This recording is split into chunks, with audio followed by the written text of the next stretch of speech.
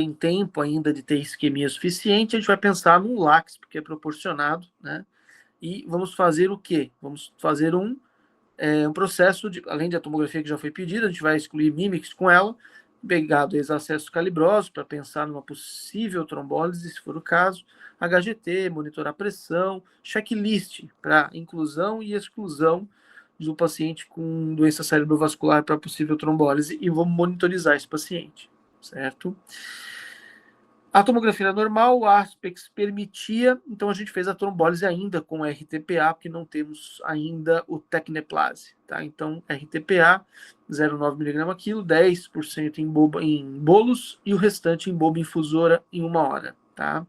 Eu acredito que vocês dominem já esse assunto, só relembrando aqui, porque ele faz parte do pronto-socorro neurológico, tá? Todo mundo me ouvindo? Acho que sim, né? Só alguém puder só sinalizar se está dando para ver certinho. Só Sim. Tudo certo. Perfeito. Então, durante a trombólise, o paciente apresenta um mal-estar, ele grita e começa a ter abalos motores, movimentos clônicos de membro superior e inferior, e uma perda de consciência. O que pode ter ocorrido e qual a conduta? Então, o paciente pode, durante a trombólise, acontecer um azar, não é comum isso, as pessoas têm medo, muitas vezes, o recém-formado, na neurologia, ele tem medo, às vezes, de trombolizar, pensando numa situação catastrófica assim, mas, graças a Deus, isso não é comum. Tá? Isso é uma coisa, é plausível de acontecer, porque é inerente, né, a um processo, mas não é comum. Aconteceu aqui, sangrou, então ele estava sendo trombolizado, ele sangrou. Qual que é a tua conduta? Você vai parar o RTPA, vai fazer uma nova tomografia, porque você suspeitou então disso, realmente foi sangramento, parou, né, obviamente, e vai fazer diazepam EV, né, podendo se repetir caso continuidade de crise convulsiva e dentalizar caso o paciente não melhore, né? Vocês entendem que o diazepam é EV, né? Sim. Então, é uma situação bastante importante isso, tá? Diazepam intramuscular não é adequado. Diazepam tem que ser endovenoso. É errática a absorção de diazepam. Ah, mas eu fui no pronto-socorro e chegou uma mulher lá ansiosa, um cara que estava com problema, estava agitado e eu dei diazepam intramuscular. Parabéns, você fez uma conduta que não é adequada. O diazepam não é para ser feito intramuscular. Ah, mas o plantonista fez. Está errado. É EV, tá? Então, e dentalizar vocês entendem também, né? Eu acho que o Jonathan explicou, né? E crise convulsiva, então foi uma desperceptiva de início motor clônico, né? E esse paciente que era um AVC isquêmico que foi trombolizado e deu o azar, não é tão comum, mas comum, existe esse risco, né? Então esse paciente tem que virar agora uma conduta de um paciente de AVC hemorrágico, por mais que foi iatrogênico, tá? Após o controle de imagem e estabilização do AVC com transformação hemorrágica, o que você faz? Você investiga de modo igual, né, gente? Era um AVC isquêmico, ele se transformou em um AVC hemorrágico por conta do remédio que você fez. E tá tudo certo? Isso o paciente assina, se ele tiver condições, obviamente, se não o familiar assina, que existe esse risco. Graças a Deus ele é baixo. Então, você vai fazer o screening normal, laboratorial, ecocardio, ultrassom de carótida, Holter, todo o combo que a gente falou na aula de investigação de AVC isquêmico, tá? Eu fiquei um pouquinho preocupado na prova, que eu vi que as questões abertas, por mais que elas eram bem papum, assim, eu vi que existia uma dificuldade significativa, sabe? Me preocupa um pouco, porque nessa última prova a gente tem um pouquinho mais de questões abertas, e quando eu peço, assim, né, uma investigação etiológica, eu tenho que citar esses exames, né? Claro que os discrasia sanguínea vai ser mais modulado se o cara tem 20 e poucos anos, né? Mas uma pessoa de 80 anos, a gente vai pensar, pode até pedir, mas você não vai pensar que ele tem um fator 5 de Leiden com 80 anos, né? O primeiro AVC da vida dele, né? Então, eu preciso que vocês tenham um pouquinho dessa malícia para poder responder as questões, né? Tá bom? Então, o ecocardio veio normal, o ultrassom veio 60% à direita. Lembra que o ultrassom é um exame sensível, mas não é específico, tá? O Holter é normal, e qual que é, então, qual que é a tua conduta a partir daí, né? Você vai pensar em aterosclerose de grandes artérias, vai dupla antiagregar esse paciente quando o sangramento se dissipar, que é uma conduta neurológica. Então, repetiu a tomografia, analisou se tem ainda sangue ali. Não tem mais sangue, não existe mais um risco maior, né, desse sangue aumentar, então eu vou lá e faço dupla antiagregação. Essa dupla antiagregação, ela tem como objetivo, então, o tratamento do AVC isquêmico, porque a princípio esse paciente é um AVC isquêmico, ele só foi transformado em hemorrágico, certo? Essa aterosclerose de grandes artérias, a gente sempre vai, quando tem um ultrassom de 60%, 50%, 70%, a gente vai sempre confirmar através da angiotomografia ou angiorressonância, tá? Lembrando disso. Vou passar para frente. Alguma dúvida nesse questão do AVC? Alguém tem alguma dificuldade aqui? Vou seguir, então. Aqui, ó, 22 anos, tá? Estudante de medicina, iniciou há 24 horas com uma disfagia, turvação visual, dor abdominal, sudorese e tetraparesia, tá? Então, 22 anos de idade, uma disfagia, começou visão turva, dor abdominal, suar e ter tetraparesia, né? Olha só, né? Uma dificuldade até facial, uma paresia facial. Veja aqui, ó, né? Nos dois lados da face, musculatura ocular. Então, assim, paciente com uma paresia significativa, completa, tá? O exame neurológico era uma tetraparesia flácida e progressiva, porque estava pior nos membros superiores, mas ela vinha progredindo. A reflexia, então não tinha reflexo, e o Babinski negativo, não tem aí sinal de Babinski, tá? Não tem alteração de reflexo cutâneo plantar, e nem Hoffman, tá? Sensibilidade preservada, não tem alteração de sensibilidade, ele tem dor, toque, temperatura, vibração preservado. Midríase bilateral, então ao exame ele tinha uma midríase bilateral, tá? E vômitos após ingesta de conservas. Tá? Então, ele começou a vomitar após ter comido uma conserva. Tá? O que é o diagnóstico aqui? Tá? É uma doença de junção neuromúsculo. Então, botulismo. Tá? Não é algo que a gente tenha que esquecer, porque isso ainda existe na atualidade. Tá? E acontece pela neurotoxina, né? Clostridium botulinum, que é um bacilo, tá? Que faz o acometimento não só neuromúsculo, mas também autonômico, tá? E o risco aqui é a evolução para uma insuficiência respiratória importante aqui. Então, é muito importante a gente ficar atento para não demorar para fazer uma proteção de via aérea superior, né? Proteção de via aérea através da intubação orotraqueal, se for o caso, e o soro antibotulínico, né? Então, é uma doença de placa motora. É uma doença que atinge junção nervo-músculo, tá? E um quadro clínico bastante rico, né? Tem a história sempre do consumo de algo que possa ter uma infecção por Clostridium botulinum. É uma doença que tem que ser notificada e muitas vezes não tem no teu hospital um soro antibotulíneo, mas aí vai ser comunicado, vai passar pelo centro de toxicológico, eles vão encaminhar de algum lugar esse soro, tá? Posso continuar aqui? Alguém tem alguma dúvida nessa doença? Caso grave, tá? Se demora para fazer diagnóstico e o diagnóstico é clínico, tá? O paciente vai a óbito. Vamos em busca. Então aqui, mais um médico, dessa vez uns 70 anos, aposentado, paraparesia ascendente, então paresia dos membros inferiores que vai ascendendo com evolução de 36 horas, tem parestesia, o exame é tetraparético na hora que você vai avaliar, que começou como paraparesia, depois virou tetraparesia, flácida, a reflexia Babinski negativo. A sensibilidade é preservada. Um nervo craniano afetado, que é o nervo facial, tem o histórico de uma infecção viral de qualquer natureza há 3 semanas atrás. Então, um paciente que começou com uma paresia ascendente, olha a importância da questão semiológica aqui, tá? A reflexo, Babinski negativo, você vê como parece muito o quadro de cima, né? E aí você vai pensar na característica de ascendência, né? Sempre quando tiver essa situação, você vai suspeitar de Guillain-Barré.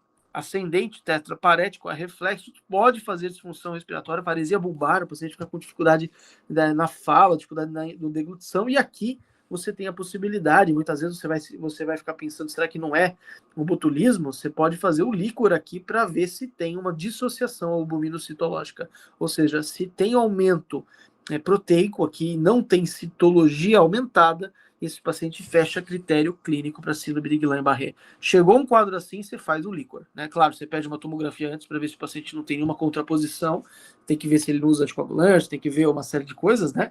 Mas esse paciente tendo a possibilidade, né, ele não sendo hemofílico, não tendo nenhum outro problema, né, que impeça a punção lombar, você vai fazer uma punção lombar e vai fazer o diagnóstico de a dissociação albuminocitológica, fechando o diagnóstico para Guillain-Barré. Tá?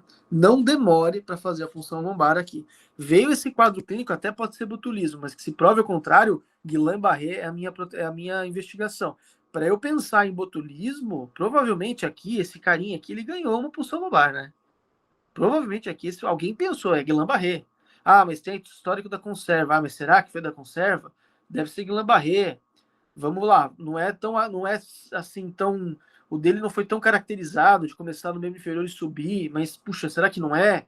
Líquor normal, aí tudo bem. Aí se você pensar em líquor normal, ok, vou pensar em botulismo, mas esse quadro tem que ser pensado em fazer punção lombar, tá, gente? Punção lombar é o que te dá o diagnóstico aqui. Diagnóstico, quadro clínico muito enriquecido também, mas não dá para demorar para fazer diagnóstico. Lembrar que a síndrome de Guillain-Barré, então vocês vão ver com o Garcia, mas assim, eu estou me antecipando aqui um pouquinho, eu preciso porque faz parte da aula de neuro-TI. Dengue, Covid, Zika vírus foi muito comum na época, uns 5, 6, 7 anos atrás aí, um pouquinho mais talvez, que no Nordeste começou a ter muito Guillain-Barré por Zika vírus, tá? Citomegalovírus, Epstein-Barr, Campylobacter jejuni, que é bem clássico, influenza, vacina, ou seja, o que eu quero dizer com isso? Qualquer dessas coisas ou outras coisas pode favorecer um quadro autoimune chamado Guillain-Barré, tá?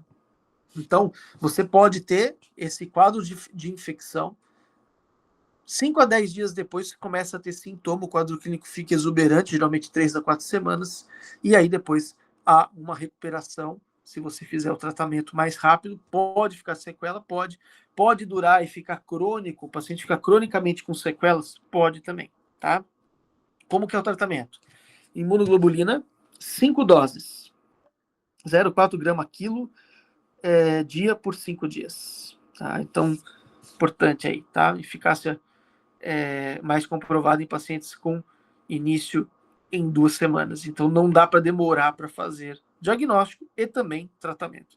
Em alguns casos, a gente faz plasmaféresis, é raríssimo hoje em dia fazer isso, porque é caro plasmaféresis, é difícil, tá? Então, acaba sendo muito mais factível para nós o uso da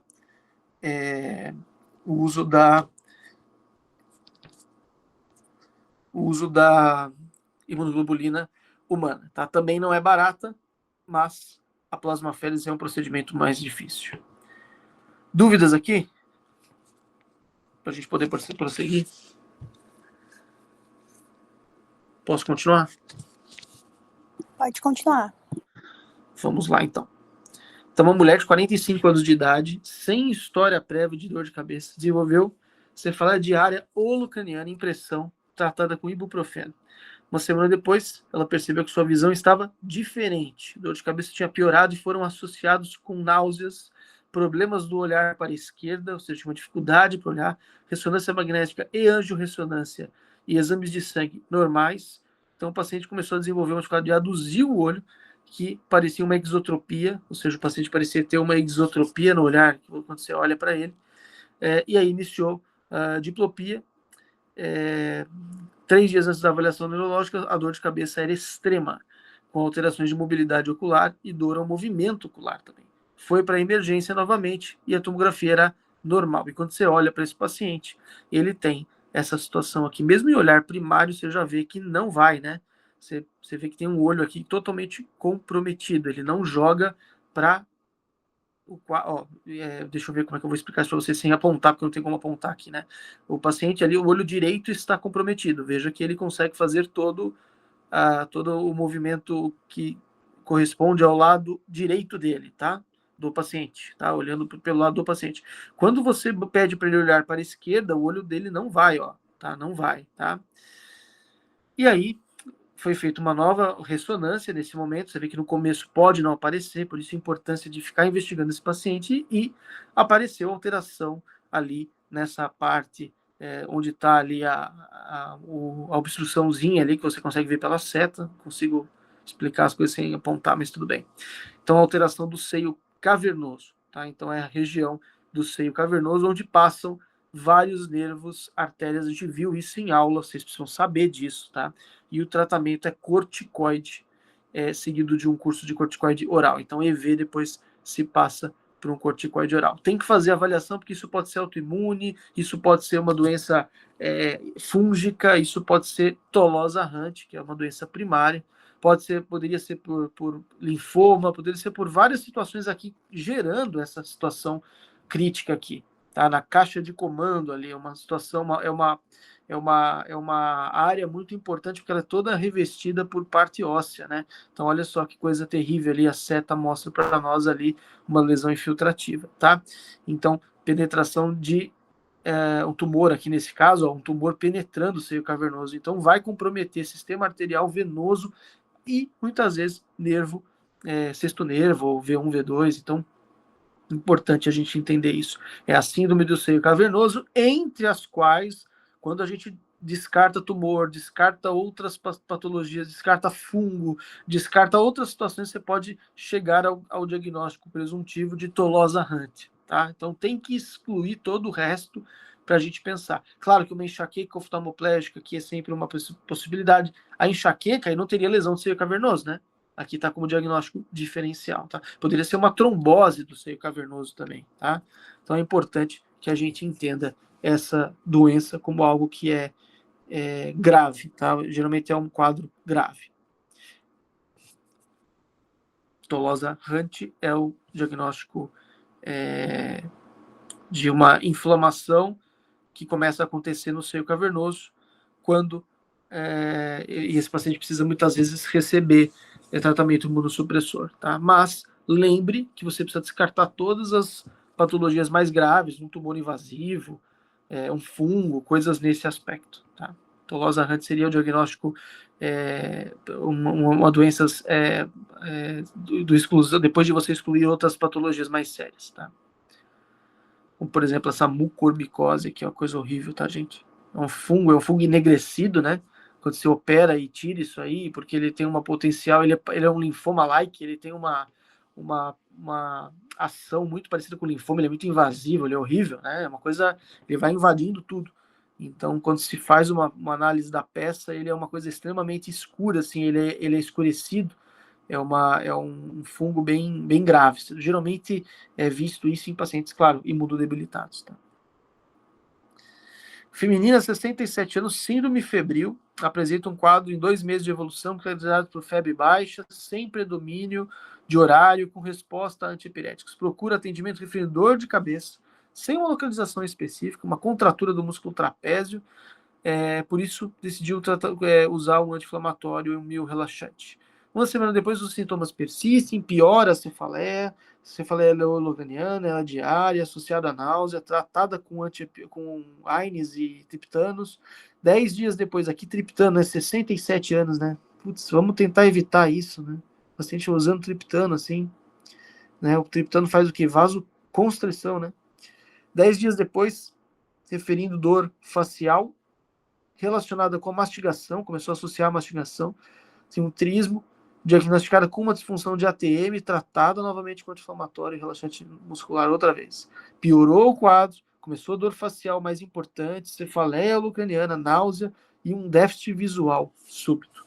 Chegou no hospital e você estava lá de plantão, você viu que ela tinha uma anemia, uma PCR elevada e um VHS elevado. Fundo de olho, tem uma papila com palidez. Você tem uma palidez de papila. Você vai pensar, nesse caso, numa arterite de células gigantes, tá? Que a gente falou disso, né, na aula, né?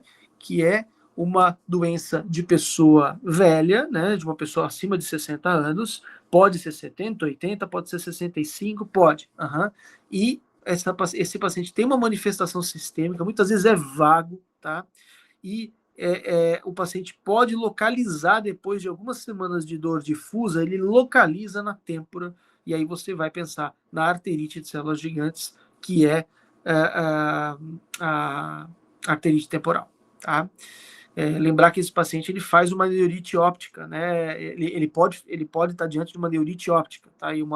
Esse paciente pode ter muitas vezes a perda visual por uma neurite óptica isquêmica. Lembra que a arterite ela inflama a camada intimal da artéria e com isso ela pode fazer isquemia de couro cabeludo, isquemia de nervo óptico, enfim. Então é uma doença séria, né? É claro que o diagnóstico aqui definitivo seria uma biópsia, mas com esse quadro clínico, um fundo de olho com alteração, que pode ter, tá? Não é obrigatório ter esse fundo de olho com palidez. Com uma VHS de 100, de 200, com esse quadro clínico, você vai inferir que é uma arterite temporal e o paciente vai usar corticoide e vai melhorar. O que hoje dá para fazer, já que a gente não vai biopsiar todo mundo, né? Hoje você pode fazer um ultrassom com um bom ultrassonografista, né? Que ele consiga ver parede de artéria, tá? Hoje um ultrassom bem feito, ele consegue ter uma especificidade um pouquinho melhor do que já foi no passado. Tá? No passado a gente tinha que fazer biópsia para ter o diagnóstico de eleição. O que se faz na prática? VHS estourado, quadro clínico típico, corticoide, o paciente melhora, arterite temporal, tá? Prova terapêutica com corticoide. Ele pode perder a visão, você não pode demorar para começar a corticoide. As pessoas têm medo de corticoide. Não tem. Esse quadro aqui requer o uso do corticoide. Tá? Pode fazer várias isquemias aí, incluindo couro cabeludo, enfim. Lembrar que a arterite temporal é uma inflamação da artéria, ok? Temporal, mas ela pode estar espalhada, não necessariamente só na artéria temporal, tá? Um outro exame que pode ajudar é uma angiotomografia ou angiorressonância, tá? Então aqui, você vê aqui a camada, né, inflamada aqui da artéria desse indivíduo aí. Tá? Pode ter claudicação de mandíbula, pode ter uma perda de peso ao longo do tempo, uma febre baixa, ou seja, um paciente inflamado, isso que eu quero dizer, né? São sintomas de um paciente inflamado, tá?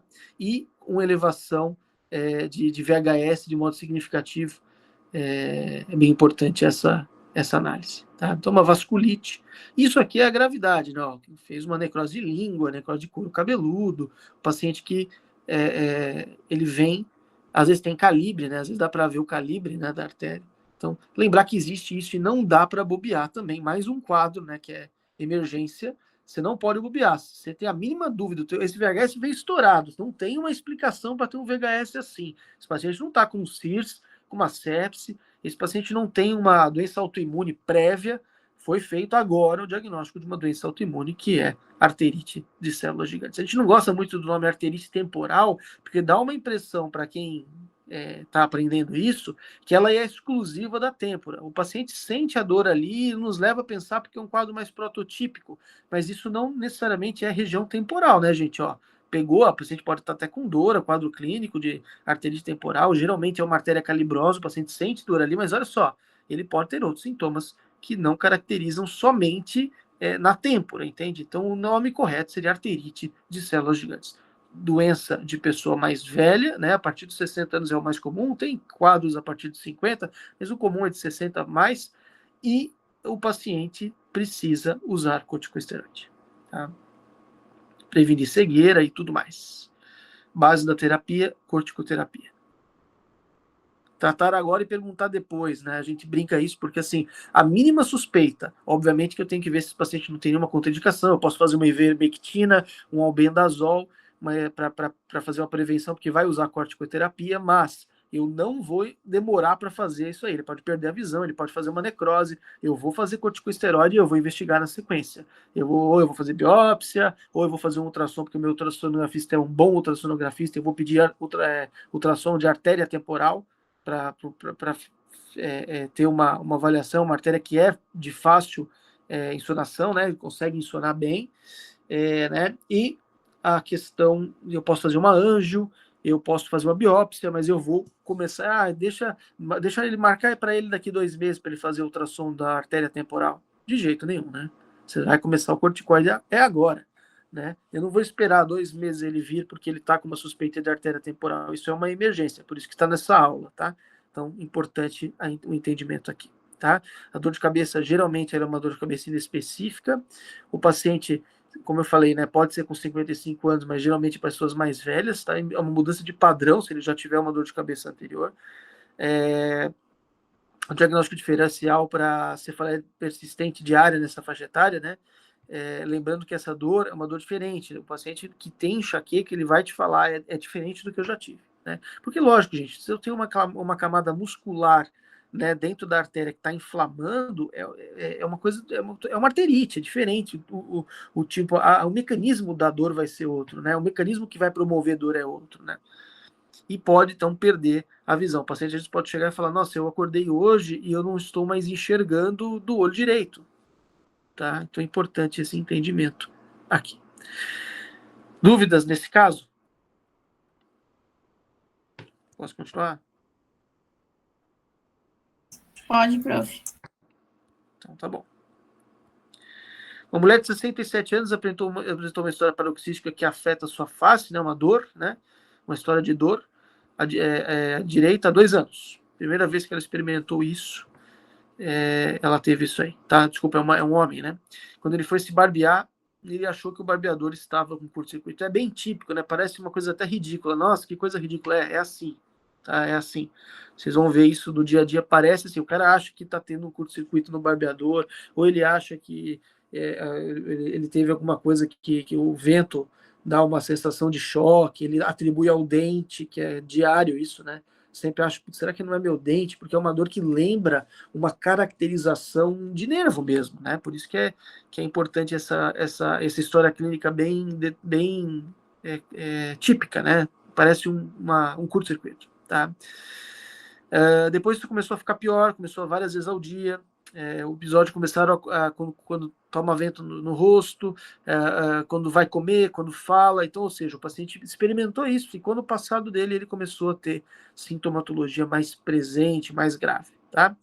Foi dado carbamazepina 3 vezes ao dia para ele, que eliminou, quase eliminou a queixa. O exame neurológico foi normal, exceto ao tocar um fio de algodão sobre a prega nasolabial direita. Então, a gente pode às vezes provocar dor com um estímulo facial mínimo. Isso que eu quero dizer aqui, o mínimo estímulo facial pode ser promotor de dor, tá? Lembra que o território é V1, V2, V3, pode pegar o V1, V2, o V3, como pode pegar só o V3, só o V2, só o V1, tá? Nesses casos, o que a gente tem que fazer? A gente tem que suspeitar do quê? A gente tem que suspeitar de neuralgia do trigêmeo, tá? Mas a gente tem que pensar se isso não é alguma coisa lá dentro que possa estar sendo esse nervo pode estar sendo machucado lá internamente, através de uma lesão tumoral, né?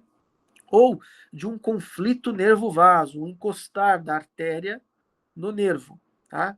Então, conflito nervo-vaso é uma possibilidade, ou simplesmente uma neuralgia sem uma causa, o paciente pegou um ramo mais facial mesmo, nada interno, e aí não, é uma questão que a gente não é idiopático, né? Então, lembrar que pode acontecer isso aqui, ó, o nervo encostando na artéria, como pode ser um tumor, como pode ser idiopático, não tem causa. E o tratamento é a carbamazepina, tá? Mas toxina botulínica pode ajudar, tá? No guideline, pode.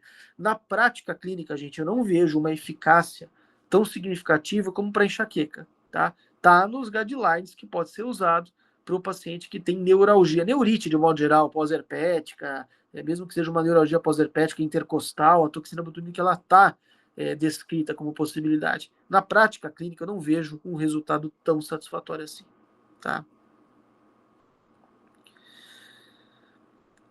Então, uma dor neuropática é uma das mais intensas, né? É uma dor, tanto que vocês sabem aí de casos da pessoa tem querendo fazer eutanásia pela dor, enfim, tá bem tranquilo, bem difícil. E aqui, né? Você vê o paciente às vezes vai se maquiar e sente a dor. Bastante incômodo, né, gente? Bastante difícil conviver com isso, né? É difícil, né?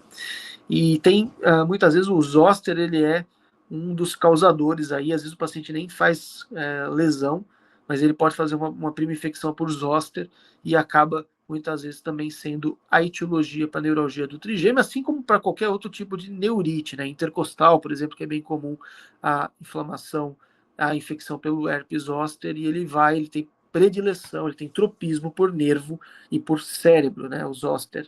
Então, lembrar disso Uma das etiologias aí pode ser o herpes zoster, tá? Assim como outras neuralgias cranianas também. Dependendo do local que está esse nervo, vai manifestar sintoma clínico específico, né? Essa doença é uma doença importante porque é uma doença comum dentre as que a gente está dentro das neuralgias que a gente conhece. Alguém chamou? Eu ouvi alguma manifestação aqui? Alguém chamou? Acho que não, prof. Tá.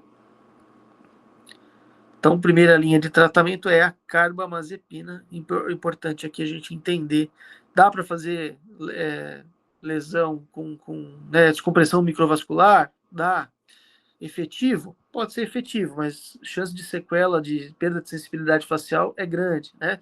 Dá para fazer uma injeção no gânglio de Gesser, que é uma parte aqui, ó, onde tem é um gânglio mesmo, né? Onde esse nervo ele vai se expor para a face, dá.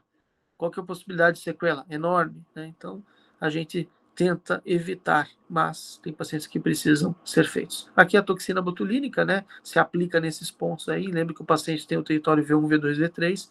Confesso a vocês que isso era uma esperança, né, quando foi feito o estudo, mas a gente não vê na prática clínica tanta resposta quanto gostaríamos. Vacina de herpes zoster para pessoas acima de 60 anos é bem importante, né? Evitar nevralgia pós-herpética, seja ela de qualquer canto que for, né?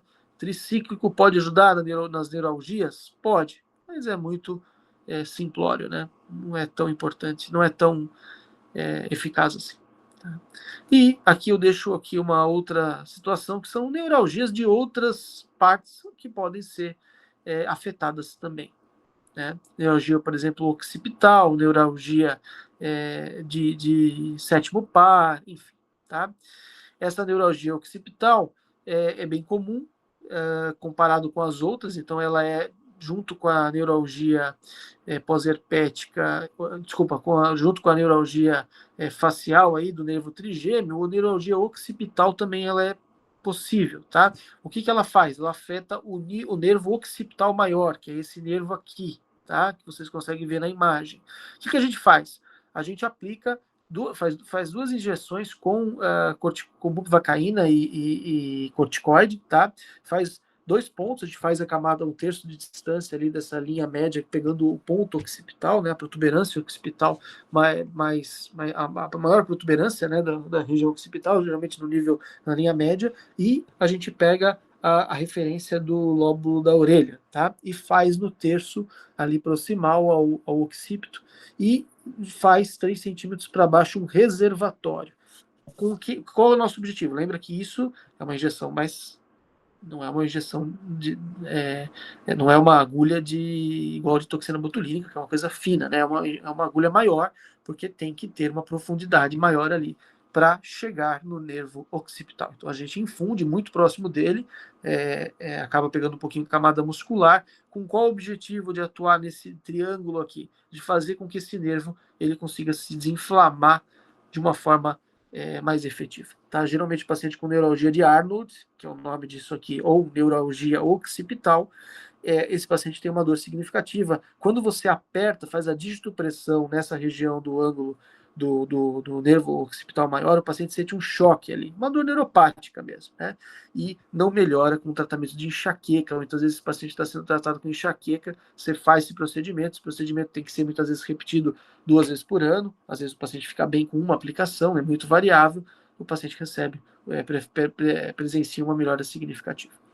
Deixa eu perguntar uma coisa, alguém tem uma dúvida nisso? Neurologia occipital? Tá. Deixa eu tirar uma dúvida com vocês. Este item aqui, vertigem, foi dado para vocês pelo Bruno Elamide, pelo Jonathan, né? Sim. Sim. Tá, eu vou deixar aqui para vocês. Quando eu fazia essa aula, eu dava uma abordagem bem prática aqui para o pronto-socorro. Eu vou deixar isso aqui para vocês, até em respeito ao colega que ministrou a aula. Não quero. É só uma ajuda para vocês no pronto-socorro, tá? Então, fica aqui para ajudar vocês aí quando se formarem, ou mesmo se quiserem agora aproveitar e ver isso aí para ajudar vocês em qualquer tipo de conduta, tá? Tem esse ABCD2 score, que é para ver quando que você põe o paciente para dentro, quando que você libera ele, né? A diferenciação, um quadrinho bem simples aqui, ó, diferenciando vertigem central de vertigem periférica. Então, pô, tô em dúvida, pega o quadradinho ali, vê o que é, o que não é, para você ver se você vai encarar isso de uma forma mais pensando em vertigem central ou vertigem periférica. Quando vocês tiverem otorrino também, isso aqui vale. Aqui é o Bolsonaro, tô brincando, né? Não é o Bolsonaro, mas aqui, quando vocês abrirem, eu posso mandar essa aula aí, vocês devem ter ela, ele tem a animação e vocês conseguem ver um pouquinho de vertigem também, tá? Então, vou deixar isso aqui a critério do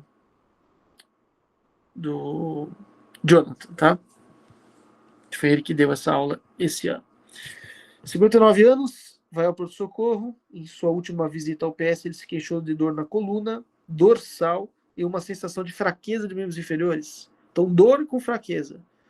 Piorou nas últimas horas, nas últimas 24 horas, e começou a ascender. Veja, naquele quadro anterior, nós não falamos em dor. Aqui tem dor e perda de força ascendente. Quando você examina esse paciente, ele tem um nível sensitivo.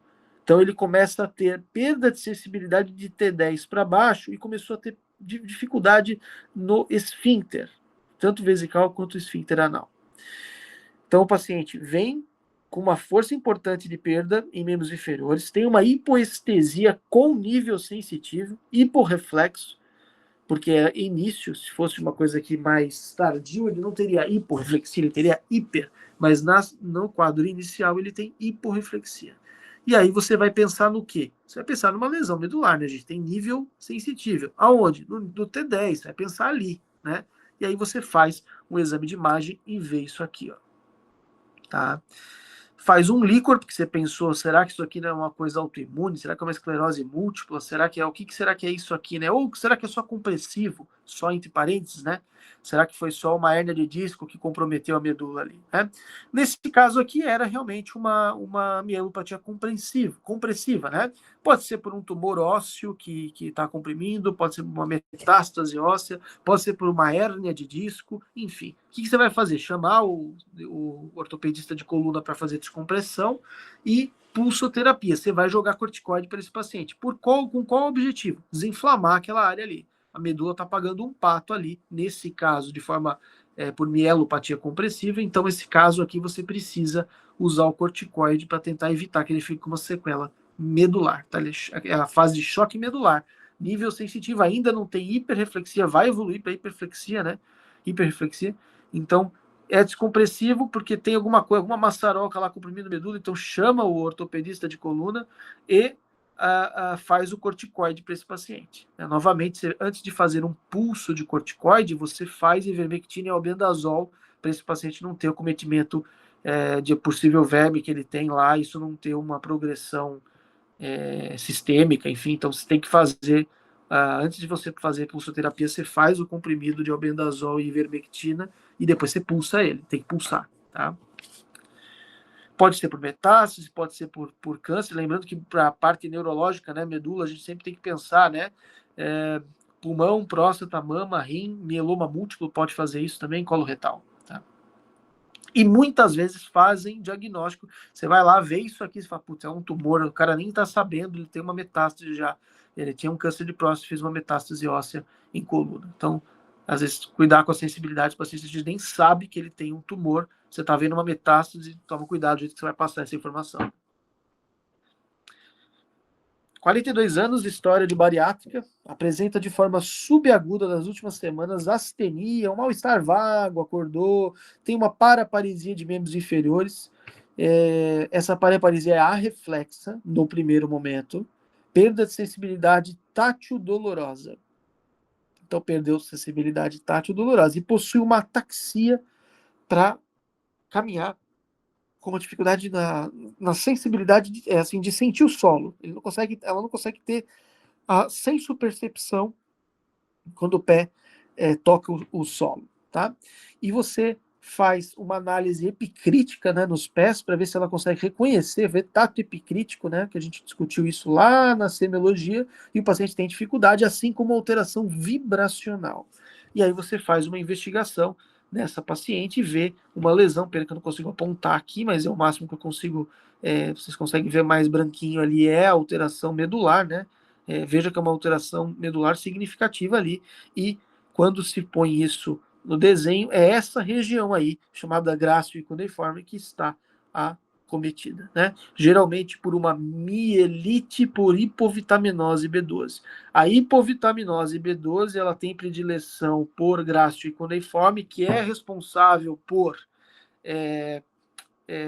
parte vibracional. Ela pode pegar também via sensitiva, dolorosa e tátil, e isso é comum o paciente, por falta de B12, ter lesão mielopática nesse aspecto, tá? E faz uma lesão longitudinalmente extensa, você pensa até que pode ser uma neuromielite óptica, uma neuromielite spectrum disorders, tá?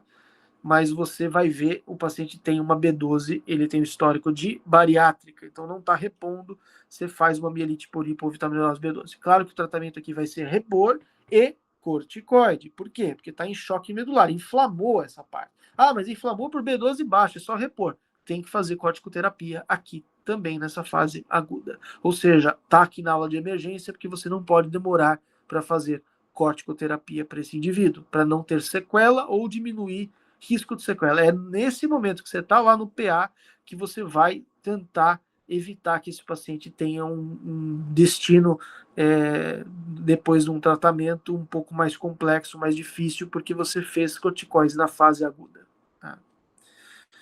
Pode existir também um paciente que chega ao pronto-socorro com também um quadro medular, e você faz o líquor, você tem uma investigação, não encontra uma lesão inflamatória, mas você pode achar um acidente vascular medular, ou seja, um paciente que tenha, dentro de uma análise de neuroimagem, você vai ver lá uma lesão isquêmica em nível medular, como um AVC, mas é um acidente vascular medular. Uma dessas artérias fechou, o paciente vasculopata, provavelmente, arteriopata, ele fez uma isquemia medular. Terrível, né?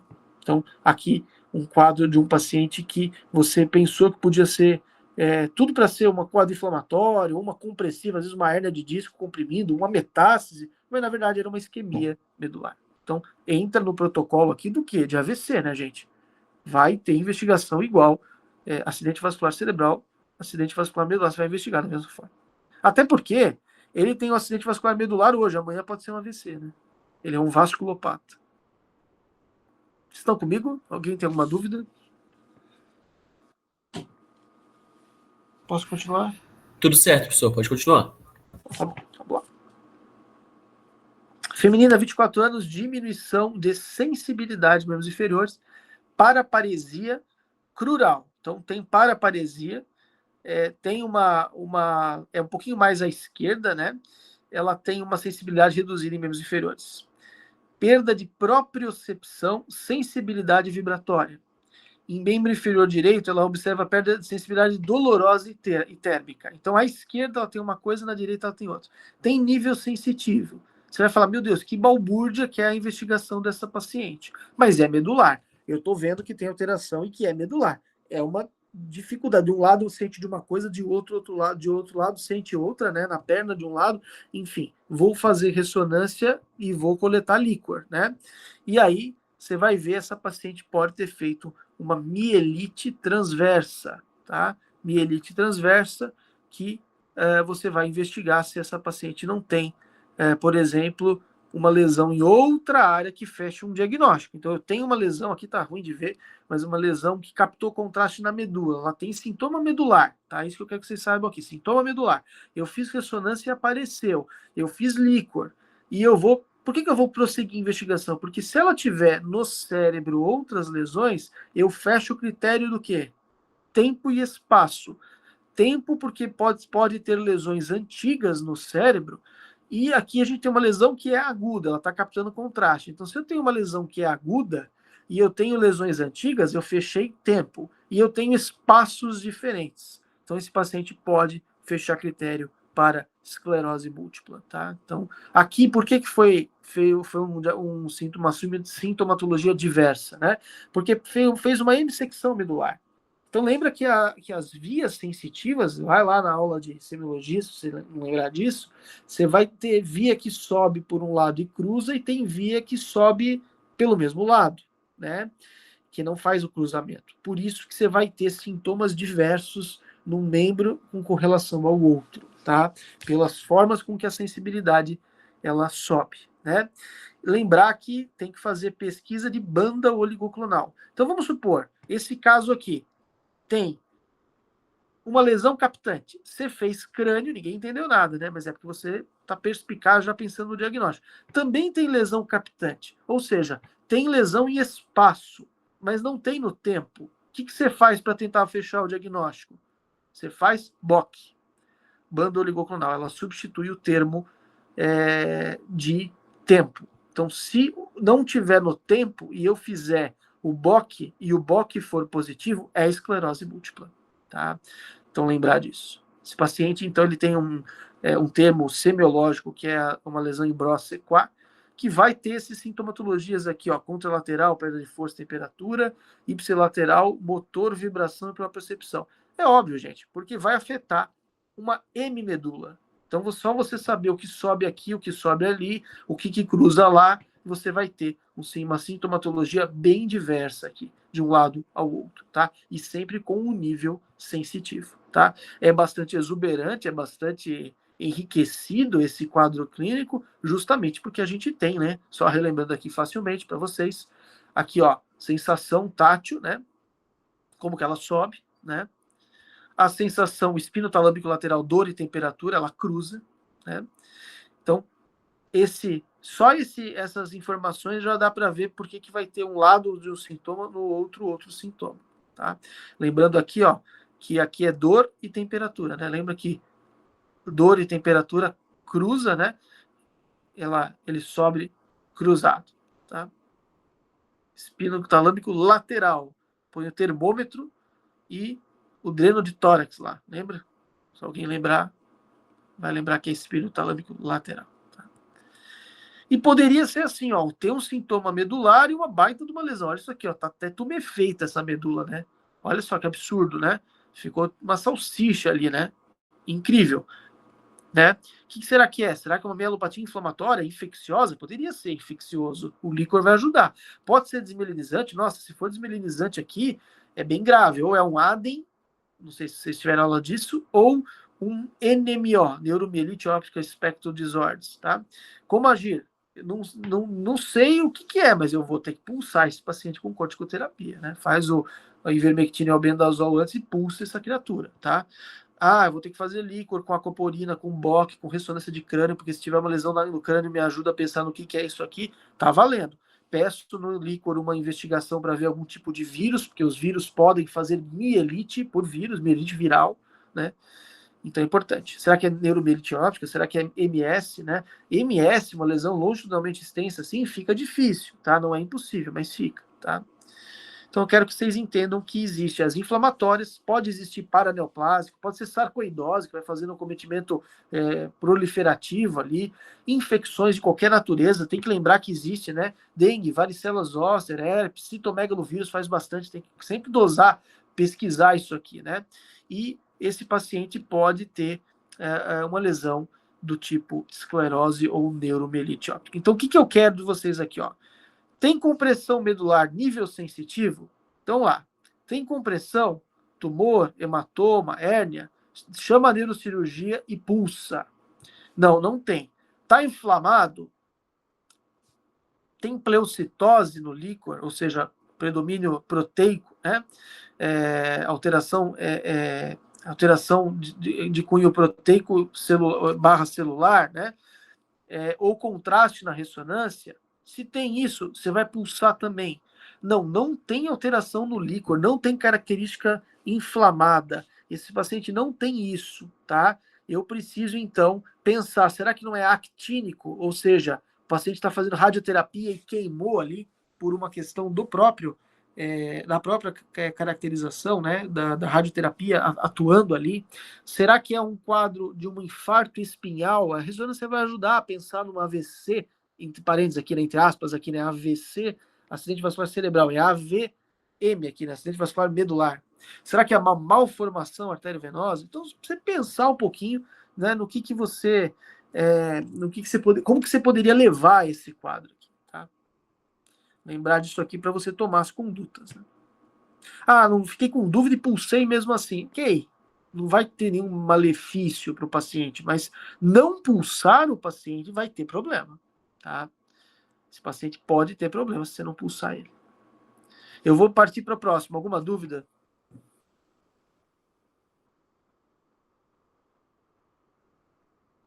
Tranquilo, prof.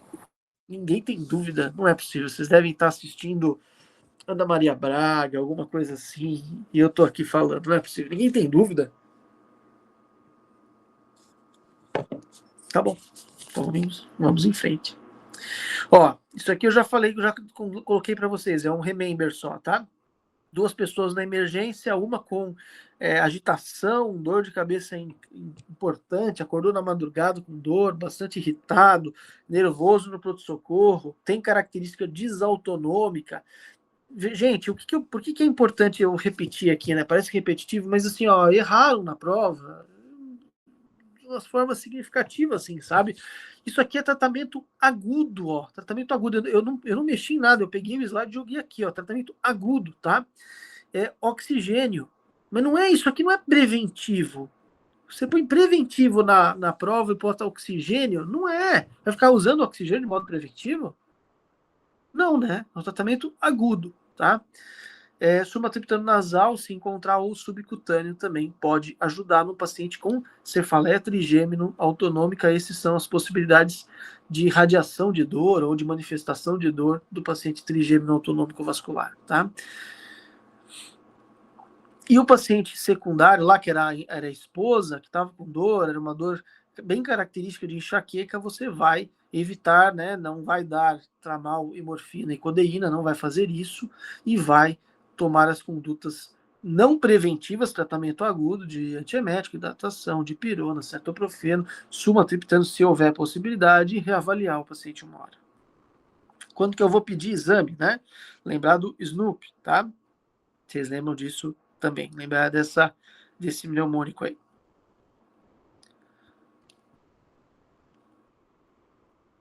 Rodrigo, 24 anos, saudável, trazido por familiares por febre alta, 39 graus, cefaleia holocraniana intensa, episódios de vômito, quadro compatível com crise convulsiva.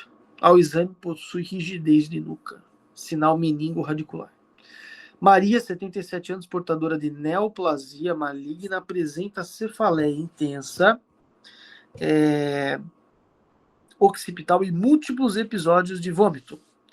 Esposo refere quadro de confusão mental 2 dias. Confusa e desorientada ao seu exame.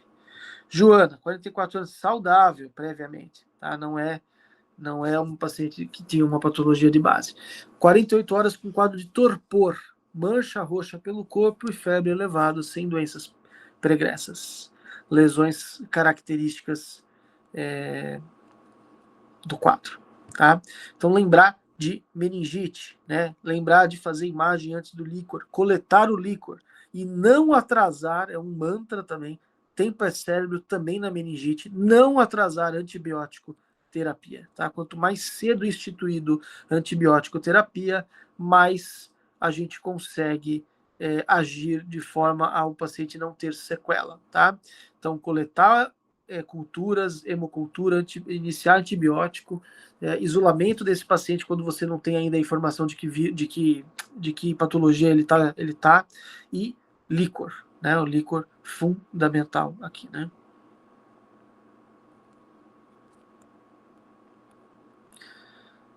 Não postergar antibiótico suspeita de meningite. Isso é um mantra também que não pode demorar para a gente tratar. Aqui tem do up-to-date o que você faz aí, né? Para cada condição, né? Supondo que for iniciado o antibiótico, o líquor é reavaliado a necessidade de tratamento, troca. Então, você achou que era uma coisa, veio outra no líquor, tudo bem, você vai escalonar aí, vai fazer outra opção terapêutica, a própria CCH do hospital vai te orientar, né? Mas você precisa estar ciente de que você não pode demorar para fazer antibiótico terapia. Aqui, ó, dá um quadrinho para vocês mais ou menos seguirem, porque nem sempre é tão bonitinho assim, mas às vezes a gente tem dúvida, às vezes a gente tem que discutir o caso, mas em boa parte dos casos tem esse jeito para você pensar viral, tuberculose ou fúngica, bacteriana e o líquor normal. Tá? Então, lembrar dos parâmetros, né? Eu não vou cobrar de vocês, mas lembrar dos parâmetros, tá? Claro que isso aqui é um quadro que eu estou colocando aqui porque é um quadro de neuro-TI, mas quem deu isso aqui para vocês foi o Jonathan, tá? Eu quero falar de uma pessoa, de um quadro, de um paciente aqui, vocês precisam saber disso aqui, é bem importante, tá?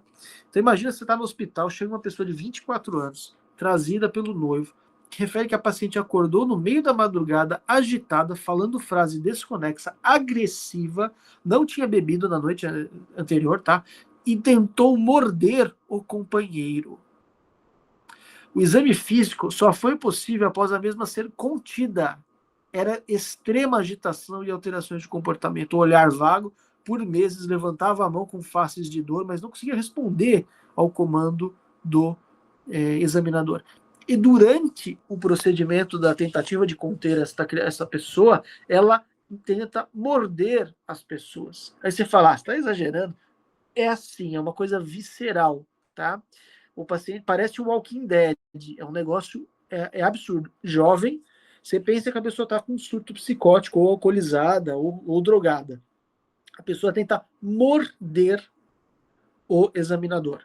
Lembrem disso, porque se isso aparecer para você, você vai lembrar e você vai pensar que esse paciente pode ter uma encefalite. Essa encefalite em jovem, ela pega, pena que eu não consigo apontar, ela pega ali onde está mais branquinho no lobo temporal. Ela pega a região mesial temporal. O herpes tem tropismo por essa área. O herpes gosta do cérebro, da área temporal. O que tem ali embaixo? Amígdala. Ou seja, esse paciente vem muito agressivo, ele vem parecendo um animal. Ele quer morder as pessoas. Então, se você vê isso no pronto-socorro, você vai lembrar na hora. É encefalite isso daí. É uma meningite que foi para o encéfalo. O paciente está com uma encefalite. Ou por vírus, ou por bactéria, ou por ser autoimune. Pode ser uma doença autoimune. Então você vai fazer exame de imagem, você já vai tentar ver se consegue fazer ressonância, se não der primariamente, você põe tomografia lá, você vai colocar, porque você é diferenciado, você vai colocar na suspeita clínica que esse paciente tem interrogação, encefalite, tá? É visceral o negócio, é uma coisa que é amidaliano, é uma coisa meio animal, tá? Porque tá pegando uma área extremamente límbica, gente, tá? E aí você vai, obviamente, depois de ser contida essa paciente sedada, porque aqui não dá para fazer um líquor sem estar sedada, você vai coletar o líquor para ver o que tem. Provavelmente, se não for um quadro autoimune, etc e tal, vai vir um padrão viral herpético. Qual que é a chance de sequela disso? Alta. Quanto antes você começar o antibiótico, mais chance ela tem. É aquelas pessoas de 20 e poucos anos que você vê com retardo, muitas vezes com infantilização, porque passaram por um quadro de infecção. Às vezes eles falam meningite, mas é uma encefalite. Pegou o encéfalo, está inflamado o encéfalo. Na maioria das vezes, quando é viral, é por herpes. O herpes gosta dessa parte. Ele gosta da olho de Bernheim. Então, lembrar disso, tá? Poderia ser autoimune, aí você tem que dosar, por exemplo, anti-NMDA, tem várias, tá? Mas anti-NMDA é um deles, tá? É bem importante. E você vai tratar com a ciclovir, porque o herpético vai aparecer herpes, na maioria das vezes é herpes, tá? Então, você vai entrar com a ciclovir, vai usar corticoide aqui também, a CCH sempre pede para usar, porque ajuda nas primeiras horas, né? Então, vai fazer também e vai tratar o paciente com a ciclovir. Se for um anti-NMDA, você pode até começar, puxa, eu tô em dúvida, o líquor não está característico, mas, puxa, tem tudo para ser encefalite herpética, comecei a ciclovir, depois veio o anti-NMDA, ou você, depois no dia seguinte, vai ver uma ressonância, vai discutir o caso, não tem problema, tira fora a ciclovir, ó, eu fiz minha parte, né? É um quadro extremamente grave, é de mortalidade elevada, esse paciente faz muita crise convulsiva, tá, gente? É um paciente que fica epilético, tá? Além de ter retardo, ele fica epilético. Então, quanto antes você começar, melhor. Comecei, puxa, não era varicela zoster, não era herpes zoster, não era herpes, então vou ter que tirar o ciclovir. Tem problema? Não, é melhor do que não começar. E aí discutir o caso, foi ver, era um anti-NMDA, é uma doença autoimune, vai ter que usar remédio para doença autoimune. Eu acho muito fatal, né? Grave, tá? Cuida. Chegou alguém mordendo pessoas, você até pode pensar, essa pessoa está drogada, essa pessoa não sei o quê, mas não julga. Essa pessoa pode simplesmente ter acordado, aconteceu isso, e você está julgando, e ela tem isso aqui, e você jogou ela lá, botou diazepam, muitas vezes faz IM, até porque nem sabe o que está fazendo, joga o paciente num canto e vai dormir porque o teu plantão foi cansativo. E essa paciente ela vai a óbito por encefalite. Não era uma drogada, um bêbado, como a gente às vezes subjuga as pessoas. Cuidado, hein? Cuidado. Então aqui, não postergar antiviral em suspeitas de encefalite. Lembrar, então, que o herpes, ele gosta muito da região temporal, insular, hipocampal, por isso que faz sequela cognitiva, né? Sequela descognitiva, né? E olho de Bingheim, a parte ínsula e amígdala. Tá? Então, lembrar que o herpes ama isso. Ele gosta muito de cérebro. Tá? Claro que alguns casos pode ser até um empiema. Você faz a imagem lá, o cara vem com sintoma clínico de alguma disfunção cortical e você faz lá uma ressonância e vem um pus. Olha que coisa linda, né? Um pus lá. Coisa maravilhosa aqui, ó. E aí você vai, claro, chamar o cirurgião, porque tem que drenar isso aqui. E por que está nessa parte? Porque também é um quadro de neuroinfecção, mas aqui por um empiema, né? O paciente tem uma cavidade ali, né? Com conteúdo purulento, tá? Abscesso. Eu preciso continuar. Alguém tem alguma dúvida? Ô, prof, ali na questão do óbito, é mais ou menos quanto tempo para a pessoa morrer se eu não descobrir que é essa neuroinfecção em vez de ser um surto psicótico? Depende muito, depende do quanto acometeu, né? Se essa paciente está com um acometimento muito, muito importante do córtex, ela vai começar a convulsionar sem parar. E aí a chance de óbito é alta. Depende muito da carga, do quanto o vírus conseguiu agredir. Né? Por que tem pessoas que fazem uma meningite herpética e essa meningite acaba não entrando no encéfalo? A gente não sabe o porquê. Né? A gente sabe que é mais comum em pessoas jovens e em pessoas idosas. É uma doença bimodal. Não sabemos o porquê disso, que é menos comum aos 40, 45, 50, é mais comum aos 20 e pouco e aos 70, 80 anos. Tá? Mas não tem essa resposta. Tá? Não tem um tempo, não tem uma resposta certa para essa tua pergunta. O que tem é que tem pacientes que evoluem muito rápido, tá? Principalmente os que começam a convulsionar sem parar, entram em status convulsivo. Porque como tem muito acometimento em área nobre, em área extremamente nobre, né?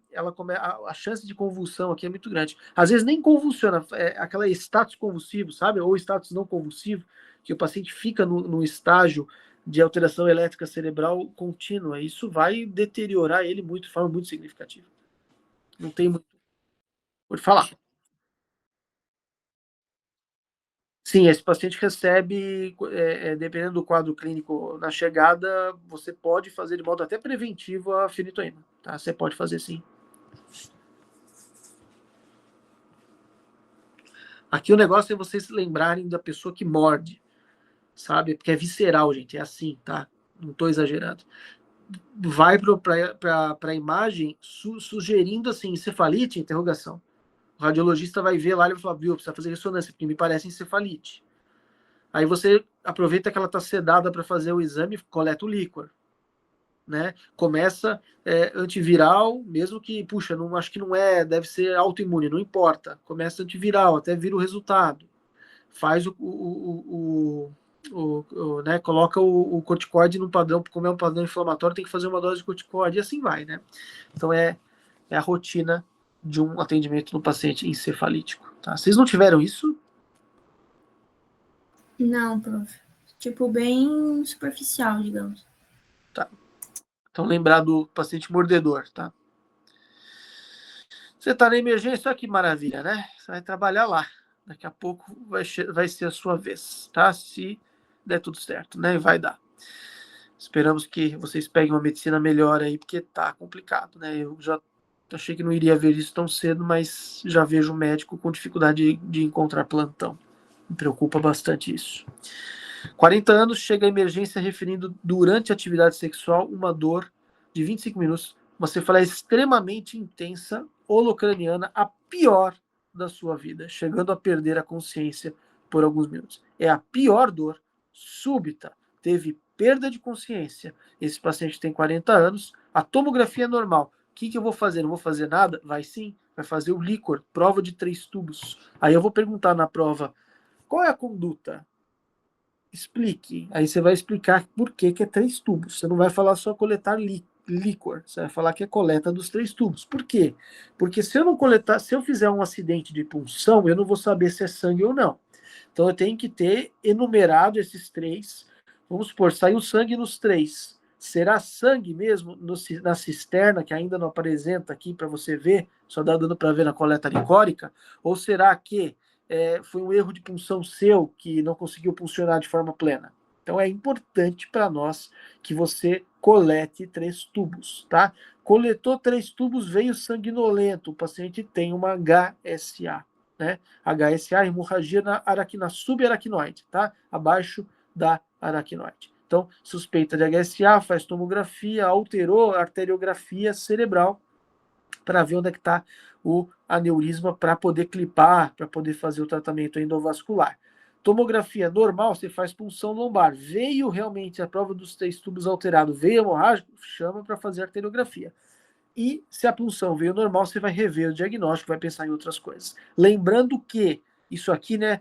Tomografia alterada, vai fazer arteriografia. Se vier uma tomografia totalmente, absurdamente alterado, sangue, você vai chamar o cirurgião e ele vai fazer por ato heróico, ele vai abrir a cabeça e tentar achar onde que está babando o sangue lá.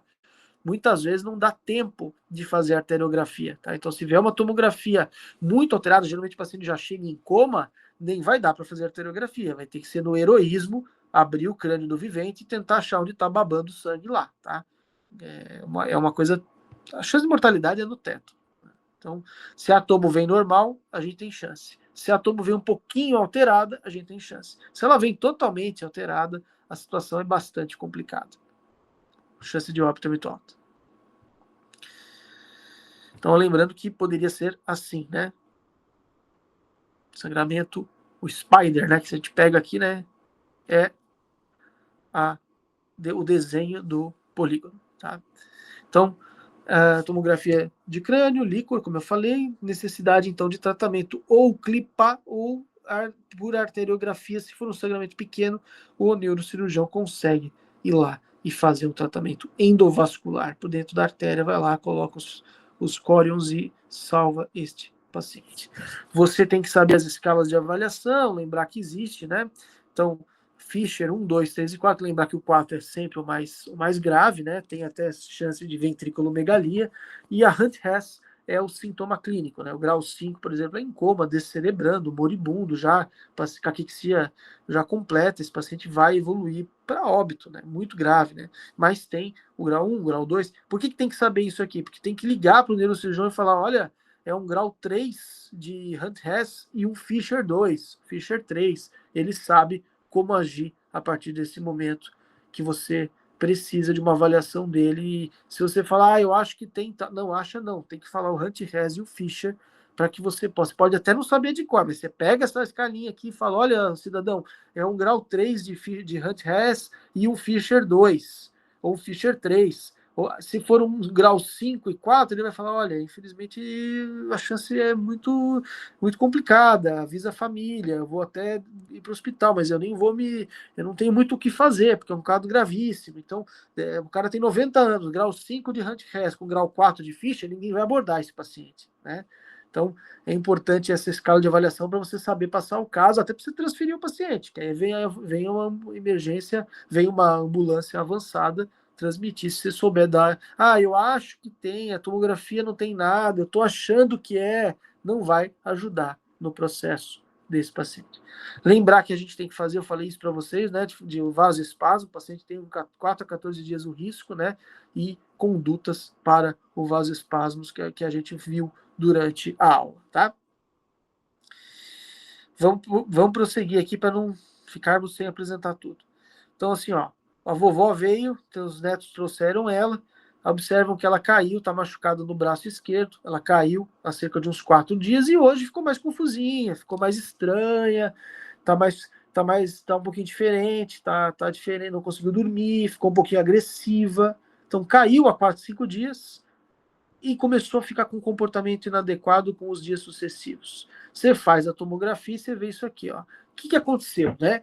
Ela sangrou lá 4, 5 dias e foi babando sangue lá, porque foi um sangue venoso. Se fosse arterial, não estaria 4, 5 dias depois na tua frente essa paciente, tá? Foi babando, e esse sangue foi aumentando no córtex, pressionando o córtex, né? Por isso que faz uma desvio de linha média aqui, né? Então é isso aqui, gente, ó.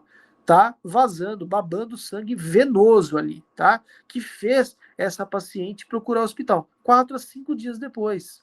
E aí ela pode ter uma crise convulsiva, ela pode gerar um quadro de coma, porque depois de tanto babar sangue lá, acumulou tanto sangue que faz desvio de linha média, faz alteração comportamental, entra em coma, tá? Então é um sangramento venoso. Aqui, ó, já num grau mais não tão branco, porque o sangue já não está agudo, né? Isso aqui ainda já está em processo de coagulação, né?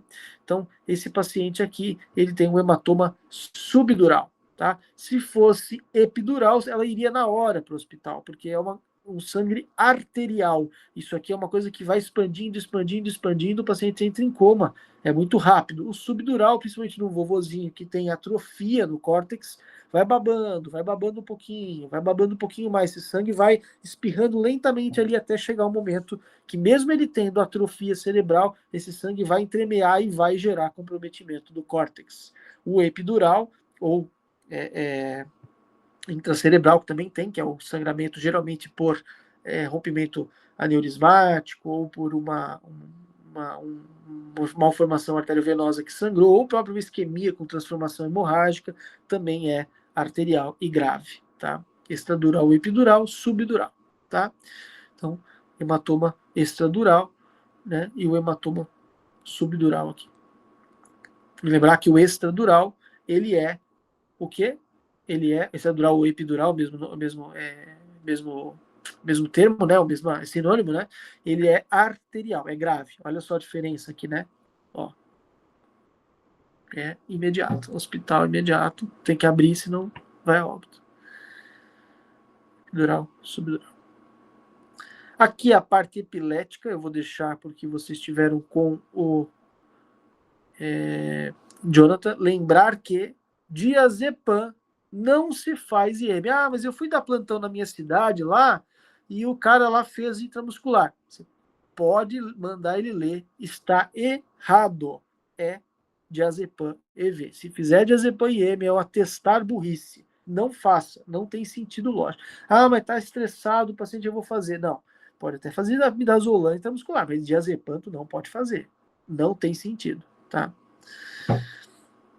Dona Matilde, 88 anos, demenciada ou dementada por doença de Alzheimer, porém realiza suas atividades simples, como alimentar-se, banhar-se, etc. Não está num grau de acamada, por exemplo.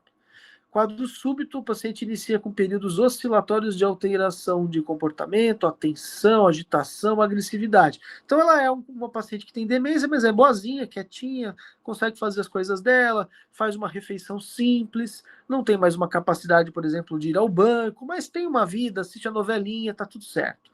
E ela começa a ficar momentaneamente, de forma súbita, com alteração cognitivo-comportamental, uma agitação, uma coisa súbita. A demência não é súbita, né, gente? É uma coisa insidiosa. Então aqui tem coisa alterada aqui. Primeira coisa que você vai fazer exame de screening para ver se tem alguma alteração de sangue, urina, se tem alguma alteração de transaminases, se tem alguma alteração de sódio, potássio, cálcio. Você vai fazer uma avaliação eletrolítica, você vai fazer um exame de urina e exame de sangue laboratorial. E vai fazer uma tomografia, porque pode ter sido essa vovó aqui, ela pode ter caído, e ela pode ser essa vovó aqui, ó, do hematoma subdural, tá?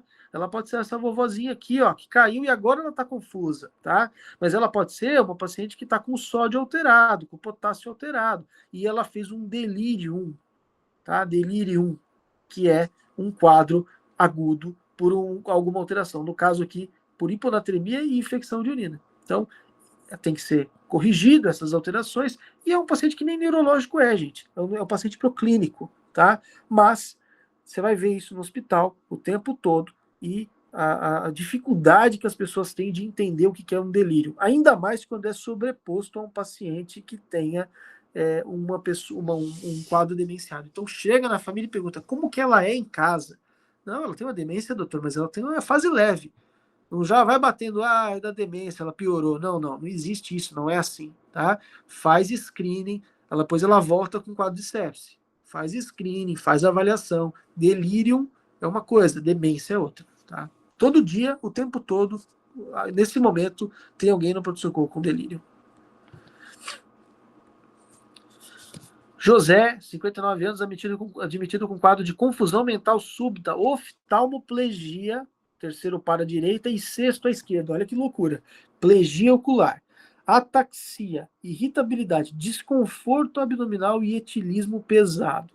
Então, esse paciente tem uma coisa chamada Wernicke-Korsakoff, onde a falta da B1, ou tiamina, é o espectro da doença. Falta tanto isso que gera um quadro de Wernicke-Korsakoff. O Wernicke, ele é quando acontece o estágio, né, reversível, uma encefalopatia, uma confusão mental. O Korsakoff é quando o paciente tem já uma sequela da doença, tá? Então pode acontecer já sequela da doença quando ele já é um paciente que bebe já há muito tempo, ele pode abrir um quadro de Wernicke já com Korsakoff, já sendo uma sequela neurológica, que é delineada por uma amnésia retrógrada, anterógrada, confabulação e psicose. Ou seja, um quadro bem rico, né? Tratamento disso, para tentar ver se fica só no Wernicke, né? Você precisa fazer a reposição de tiamina, né? E hidratação. Pode fazer dextrose também, porque esse paciente pode estar aí hipoglicêmico, etc. Né? Se esse paciente já com a reposição de B1 já não é suficiente para ele melhorar o quadro demencial, esse paciente já tem o Wernicke-Korsakoff, mas ele pode abrir o quadro, você faz a tiamina, recupera a hidratação para ele e ele melhora. Ele pode melhorar o movimento ocular, ele pode melhorar. Se você vê durante a internação não vai melhorando, ele tem já o Korsakoff, que é a doença já definitiva, tá? Pelo álcool, tá? Ou seja, você imagina que para você ter bebê a ponto de fazer uma baixa de vitamina B1, que gera um quadro de encefalopatia e pode gerar sequela por isso, meu Deus, né? É muito grave, né? Mas esse paciente, ele pode não ser o etilista, ele pode ser um pós-bariátrico que não faz uma alimentação mais adequada, porque também não tem absorção do jeito que deveria. Então, esse paciente, muitas vezes, ele pode fazer um Wernicke-Korsakoff, muitas vezes um Wernicke só, por ser bariátrico, por não estar repondo vitamina. Ele não absorve, ele já é desabsortivo mesmo. Lembrar disso, tá? 31 anos, migranosa, em uso de anticoncepcional oral. 3 semanas com cefaleia pulsátil, hospital direita, náusea, há 3 dias com sonolência e vômito. Formigando a face, turvação visual. O que pode ser isso, né? Um quadro, então, lembra sempre disso, né, gente? Um quadro de dor de cabeça com sintoma sensitivo, com déficit focal, tá? Então você pode, será que é AVC? O que será que é? O que pode ter relação com isso? Porque tem um déficit focal. O que tem que entender aqui é que não é só uma cefaleia, é uma cefaleia com déficit focal, tá? Ela está tendo parestesia, ela está tendo formigamento na face, ela está tendo uma turvação visual. Esse paciente tem alterações além aqui do que só a dor de cabeça, tá? Então você vai tomografar. Pode não ser nada, pode ser uma dor de uma enxaqueca que mudou o padrão, mas você vai tomografar e muitas vezes você pode encontrar uma alteração aqui, sinal em corda, que é um paciente, olha só, perdeu a vasculatura aqui em cima, né? A turvação visual aqui é muito importante, tá? Muito importante. Esse paciente aqui, ele fez uma trombose venosa cerebral, tá? Anticoncepcional, lembrar disso, ela usava anticoncepcional, né? Mulher usando anticoncepcional tem um risco maior, né? Puérpera pode acontecer também, imagina uma dor de cabeça em puérpera, aí tá com essa questão hormonal ainda e fazer esse tipo de situação que é a TVC, tá?